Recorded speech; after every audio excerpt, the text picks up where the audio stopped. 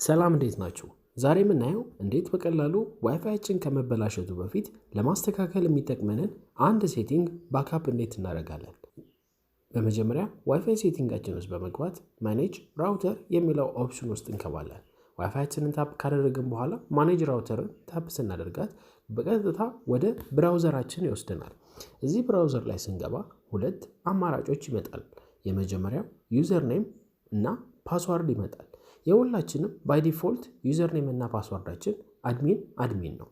ስለዚህ ፓስዋርድ ላይ አድሚን ብዬ ካስገባው በኋላ በቀጥታ ወደ ዋይፋይ ማኔጅ የማደርግበት ሴቲንግ ውስጥ ያስገባኛል። ለምሳሌ ዜድቲ ከሆነ አድሚን፣ ዩዘር ኔሙ አድሚን፣ ፓስዋርዱ አድሚን ነው።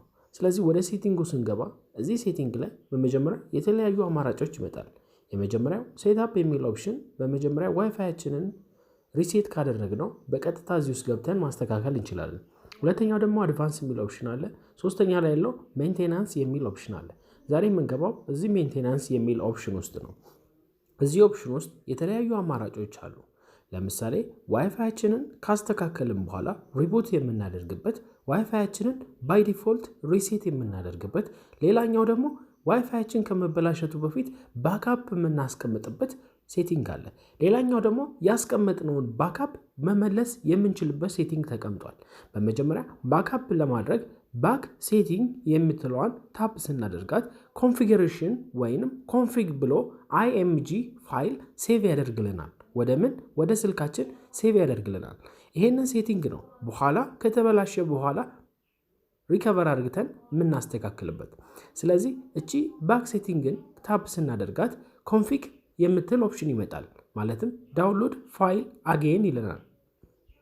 ይሄንን ፋይል ዳውንሎድ ካደረግነው በቀጥታ ይሄ ፋይል ስልካችን ላይ ይቀመጣል። ያስቀመጥነው ፋይል በቀላሉ ለመመለስ ብዙ አንቸገርም። ማለትም ዋይፋያችን በማንኛውም ሰዓት ቢበላሽ በማወቅም ይሁን ባለማወቅ ዋይፋያችንን ብናበላሽ እዚህ ሴቲንግ ውስጥ ገብተን መመለስ እንችላለን። የተበላሸውን ዋይፋይ ለመመለስ ቹዝ ፋይል የሚል ኦፕሽን አለ።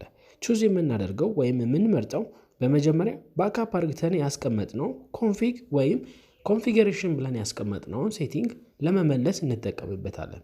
ቹዝ ፋይል የሚለውን ኦፕሽን ታፕ ስናደርገው ፋይላችንን ሪዳይሬክት የምናደርግበት ኦፕሽን ይመጣል። ማለትም ፋይላችንን ሴቭ ያደረግንበት ይመጣልናል። ከዛም ኮንፊግሬሽን ቅድም ያስቀመጥነውን ወይም ሴቭ ያደረግነውን ኮንፊግ የምትለዋን ታፕ ስናደርጋት በቀላሉ የመጀመሪያው ሴቲንግ ለመመለስ የምንጠቀምበትን የኮንፊግሬሽን IMG ፋይል እናገኛለን። ስለዚህ ይህን IMG ፋይል በመጠቀም ወደ መጀመሪያው መመለስ እንችላለን።